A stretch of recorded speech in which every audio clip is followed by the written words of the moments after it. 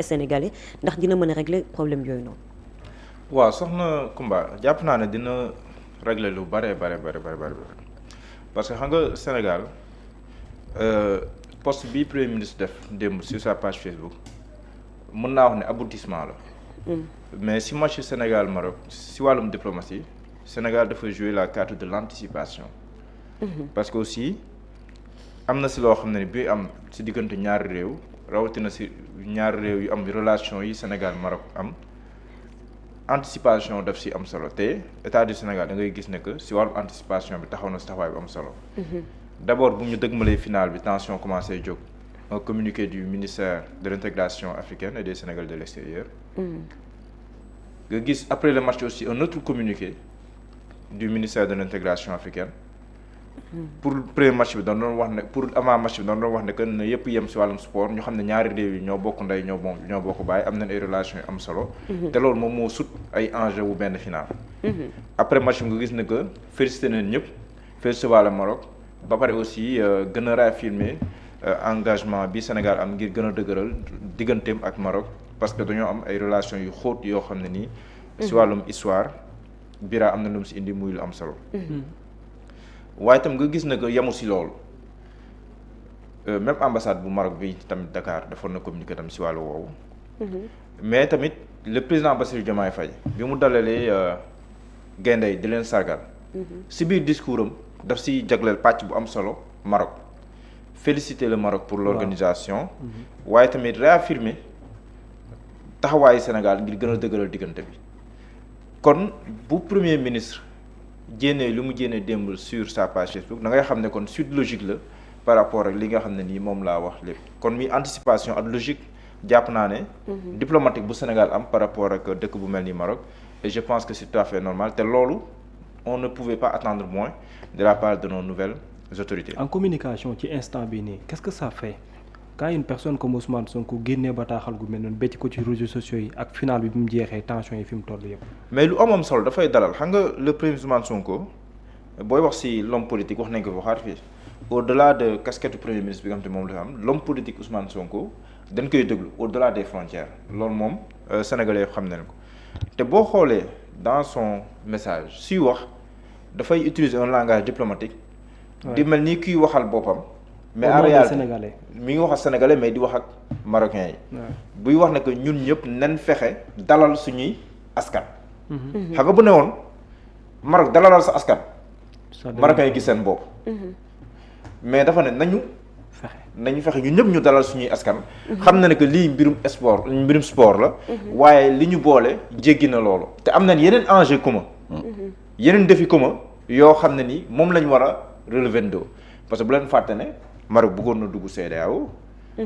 jafe-jafe am si normalement ak opposition notamment le Nigéria ak yu demee noonu. mais Maroc aussi am beneen projet boo xam ne ni aussi. Sénégal faa mu bokk si wala bu si bokkul aussi mën na kii parce que c'est un projet boo xam ne ni bu Sénégal bokkee mën na ko indil njëriñ bu bëree bëri rawatina avantage nga xam te ne am nañ ko par rapport à l'Atlantique ak yu demee noonu donc pour dire que yeneen enjeu moo gën a kaw beneen bi. Maroc geddoon na Union africaine. Sénégal bokk na ci ñi ko convaincre ba mu dellu si waat. justement avec le problème du Sahara. avec le Polisario. yooyu yëpp nekkoon li nga xam moo taxoon mu gedd. te Sénégal dafa mës a taxawee. ci soutenir Maroc ci ay initiative la. ci ay position c'est vrai. D'accord. kon loolu day dëggal li premier ministre wax ci postam que li ñu dund yëpp ëpp na 120 minutes yu ñu dund keroog ci match. ëpp na 120 minutes yi kon loolu warta muur 120 minutes yoo xam da nga ko dund mu nekkoon une belle fête aussi am na lu ci xew loolu c'est dans le match mais au-delà de ça mu nekk loo xam ne nii mënut a xajamal diggante yi ba pare lii biraat lu koy gën a dëggal xam nga boo xoolee les partenaires diplomatiques traditionnels du Sénégal. Maroc da nga koy booy wax Afrique. Maroc da nga koy citer au premier plan. après nag nga citer kay Arabie Saoudite. France Washington. peut-être après nga si yaatal si yeneen yi ay ñoom Turquie Chine ak yu demee noonu bu nekkee UEMOA mën nga wax Sénégal Côte d'Ivoire ak yu demee noonu. donc pour dire que kon loolu dafa yàgg ndono la boo xam ne dafa am ba pare lii bilaatu par rapport à la Palestine ak yu bëree bëri. Sénégal a mën a danoo yàgg di am ay positions communes par rapport à des sujets d'envergure mondial xam nga keroog maa fi dalal Cheikh Ousmane Touré maa ngi koy nuyu sax mu junjoon ma ne que parce que ñu dañoo jàppoon ne final bi day xañamal mu ne ma bien au contraire final bi xañamalu mais dafa rataxal lu bare après mu ne ma dans les prochains jours bu mu la bett le premier ministre dem au Maroc wala le président de la République dem au Maroc dem ma gis ko donc loolu am na si beneen élément préparatoire bi jàpp naa am na solo mooy assemblée nationale aussi la diplomatie parlementaire a joué un rôle parce que boo xoolee am na benn session bu doon tëjji xaw ma ndax bii la xaw ma ndax bee la le Maroc était te ñu yónnee woon voilà le Maroc l'institution parlementaire marocaine était invité d'honneur ba ñoom ñu ñëw tenir un discours à l'Assemblée nationale sénégalaise nga gis na que après aussi tout récemment avant la CAN wala si biir CAN bi le président Aly Malick Ndiaye dem na foofu noonu en visite officielle après mu njibbi si delluwaat si final bi la finale bi mu fa demee ni nga ko seetaanee la tribune officielle fa la nekkoon ak le frère du roi Mohammed VI defe naa moom tamit Hassan la tudd le prince Hassan genre tur waaw je pense donc ñoom ñëpp ñu bokk tribune loolu dafa wane que aussi Sénégal am na ci beneen bi aussi les sénégalais yi nekk Maroc parce que boo xoolee sénégalais yi teguñu leen yenn conditions yu ñu teg yeneen africains yi noo rek au Maroc et vice versa Sénégal Birame mu ngi koy wax l'école de Dakar su ñuy wax école de Dakar fac médecine moom moo tax ñuy wax te ay marocains yu bëree bëri fii la ñuy jàngee ñoo defee fi seen ay stage amee fi xam-xam bi ñuy am demaat Maroc mais le paradoxe foofu noonu mooy génne nañ communiqué sax les étudiants marocains de la faculté de médecine génne nañ communiqué am na aussi pour calmer les ardeurs pour montrer que ay étudiants médecins lañ Maroc tamit génne nañ communiqué si des deux côtés pour dire que moo tax ku toog sa micro di wax booy wax li xam ak yooyu noonu sóoraaleel sénégalais ba nekk Maroc marocain ba nekk fee di wax tamit sóoraaleel marocain bii nekk fii nii Sénégal donc boo sóoraalee yooyu noonu rek di nga jël daa hauteur si booy wax parce que ñun ñëpp ñoo am intérêt à ce que jàmm am jàmm sax beneen aussi au plan économique surtout au plan financier xam ne Maroc daf fi bëri ay intérêt dans le domaine des finances par exemple yenn banques yi ak yu demee ak wàllum assurance ak yu demee noonu donc Sénégal aussi am na ay intérêt au Maroc bu weesoo loolu sax c'est économique mais relation culturelle yi ak historique yi yooyu defe naa ne sax moo gën a dëgër leneen li parce que loolu moom mooy base bi loolu mooy dëgër nga mën see teg leneen que ñu mën am yenn considération moom la ñuy teg donc je pense que cette sortie du premier ministre elle vient à son heure léegi nag na si ku nekk def jàngat ba nga xam ne ni aussi dal dina mën a am ñu xam ne lii final la woon rek mais bu nekk woon final bi ni mu demee nii sax mais franchement le Maroc aussi le président de la République wax na ko félicité leen dafay war si ñu organiser Coupe d'Afrique bi liñ si wan ak yooyu noonu mais xam nga dans une finale ku nekk da ngay bëgg a gagner maanaam Sénégal dafa taxaw pour gagner mooy taxawaay Pape Thiaw dama bëgg a gagner finale bi. sport dafay louer ay ambition. loolu la Maroc tamit am na droit ne mais dama bëgg a gagner finale bi. donc lépp lu ma mën a def pour gagner finale lu mu koy def Pape Thiaw taxawee ne man tam lépp lu ma mën a def pour gagner finale lu ma koy def si li ma yoon may. donc chacun était dans son rôle mais bu nu jugee si loolu nag ñu xam ne mënut a jéggi wàllum sport mooy image bi nga xam te ni gis naa ko muy circuler mooy le joueur l'attaquant marocain bi taxawoon si kanamu. Saybari après les parties après le match. dem taxaw ak j'ai vu l'image. taxaw ak Edouard Mendy ñu waxtaan loolu misaal la bi wane ne que maanaam. match bi lii la laajoon dans le match dañuy joxante ay tacle carton jaune day am ak yu demee noonu mais bu ñu paree dañuy échanger maillot donc nañ jàpp ne leçon boobu et j'ai vu Kalidou Koulibaly échanger son maillot avec un autre joueur marocain je pense Aguerd ou quelque chose comme ça Aguerd mi nekk Marseille voilà donc ñu échanger maillot donc loolu la war a nekk kon mën nañ jàpp ne sortie premier ministre bi dafa wane ne que après le match dañoo war a échanger ay maillot échanger maillot bi nag mooy léegi yaay man maa yow parce que Kalidou Koulibaly maillot bi mu soloon ak numéro moom la jox joueur marocain jox ko ba som donc te loolu defe naa ne ñaar askan ni man Baara nee na ma bi mu demee Maroc dans un taxi mën nga dugg taximan fas kanamam mais bu xamee ne yow sénégalais nga rek day commencer firé que ne la nous sommes des frères donc loolu man Baara wax na ma ko tout récemment la fa jóge te y a une communauté sénégalaise bu importante boo xam ne ni mi ngi fa au Maroc des étudiants ñu fay dem di liggéey tamit maa ngi nuyu sama xarit yi fa nekk yëpp ñoom da dafay jéemee sama cousin Tidiane ak ñoom ñun donc pour dire que mbir mi war da mën a ñaaw. waaw mais beneen volet. le sens politique. xaw ma politique extérieure laa koy tuddee. xaw ma politique diplomatique laa koy tuddee.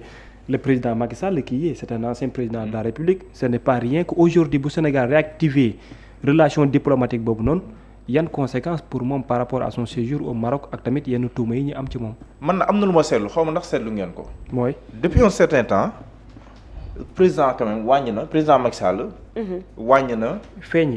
feeñ wala di wax si lu jëm si wàllum réew mi. mais Diallo la moo tax bi mu jubilé. effectivement ci qualification finale bi jubilé wul final. non mais après non. non xam naa ni sa xarit la moo tax ma ne la non après bind na. ah bind na oui si Twitter. après bind na quoi. après sax tase na ak waa Sénégal si aéroport bi noonu. ah ñoom la doon fotowal noonu. waaw ñoom la doon fotowal noonu mais gars yi amuñu réflexe quoi mënoon nañ ko poser question mais grave quoi. sànniwaale ko benn ñoom di ko mere naa leen quoi. mais pour dire que boo leen seetloo depuis un certain temps. man c'est la remarque que j'ai faite quoi. wàññi na waxam si lu jëm si biir lu laal réew mi. defe naa ne dernier acte bi mu posé mooy bi fi ñoom maître Olivier Sur ñëwee. te loolu il dit que c'était pour se défendre parce que dañ ko wax si mbirum ay mbirum tête cachée ak yooyu mais. il va sans dire que parce que lii Sénégal bañ lii réew yëpp di bañ nekkul un ancien président nekk si benn réew loolu benn réew di ko bañ lii réew yi di bañ mooy nga nekk un ancien président nekk si benn réew ba pare di ingérer si ce pays d'origine loolu moom mooy xaw a gêner tout le monde indi chaîne te loolu je pense que aussi loolu c'est facilement mën nañ ko régler très facilement te jàpp naa ne si logique boobu la ñuy dem parce que 2 ans Sénégal demul Maroc demul mais bu Sénégal demee gëm naa ne dina gën a neex. te bu gënee neex aussi ku nekk da ngay xam si li nga war a ne. nga nekk si. bu nekkee ne yow da nga nekk si réew moomu nga xam ne kat am nga droit nekk fa da nga fa nekk si jàmm waaye nag doo am yenn position yu gêné.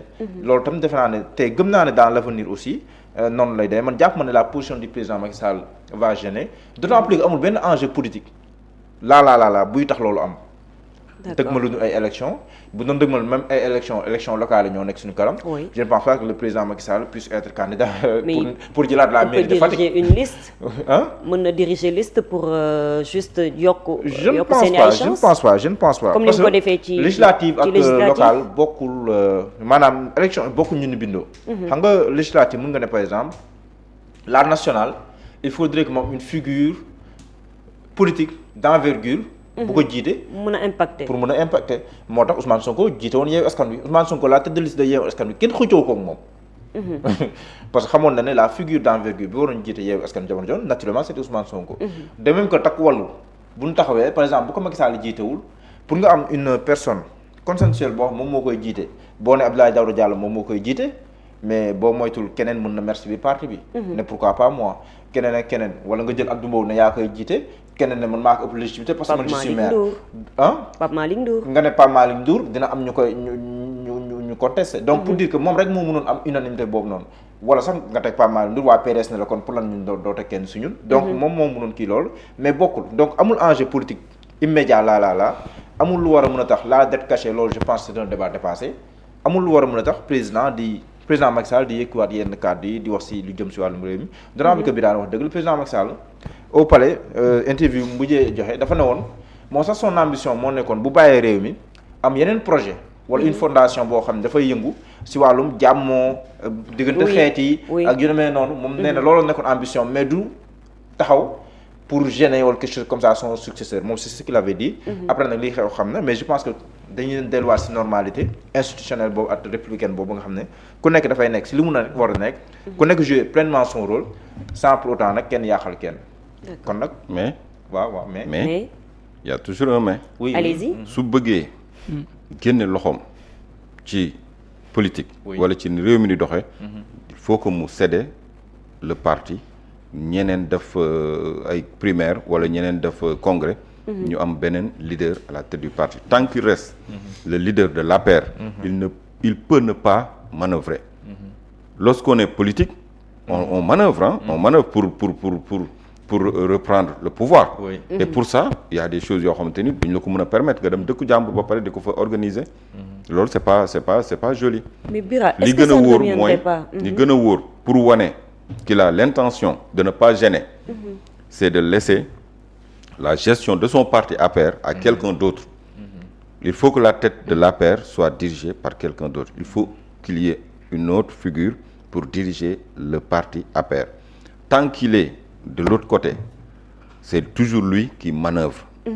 doo nekk nag ancien président ak statut bi ñu lay jox yépp di la fay chaque mois presque 5 millions de francs sunu frais CFA di la fayal garde corps ak protocole ak secrétaire ak yépp ba pare nga nekk fële aussi di manœuvrer loolu tamit du mën a nekk bu ñu wax ni ancien chef d'État dafa am ay honneurs yu ñu ko war a jox c'est parce que dañuy yaakaar ne boo jiitee réew ba jóge fa mais saa yi da ngay génne sa loxo ci wàllum politique nga nekk benn autorité morale un conseiller même s'il le faut mais pas koo xam te ni da ngay nekk ba pare di bëggaat te képp ku bëgg nag saa waay na la leer ni du def lenn loo xamante ni day dem à l'avantage ou dans les intérêts de celui qui gère le pouvoir actuellement donc li gën a wóor pour mu wane qu'il est de bonne foi mooy APR na ko joxe na génn ci politique su boobaa réew mu dem amaana dina du gêner diggante bi parce que dinañ jàpp ni lépp lu mu def rek amatu ci intérêt sinon il a toujours les mêmes intérêts mooy revenir au pouvoir que son parti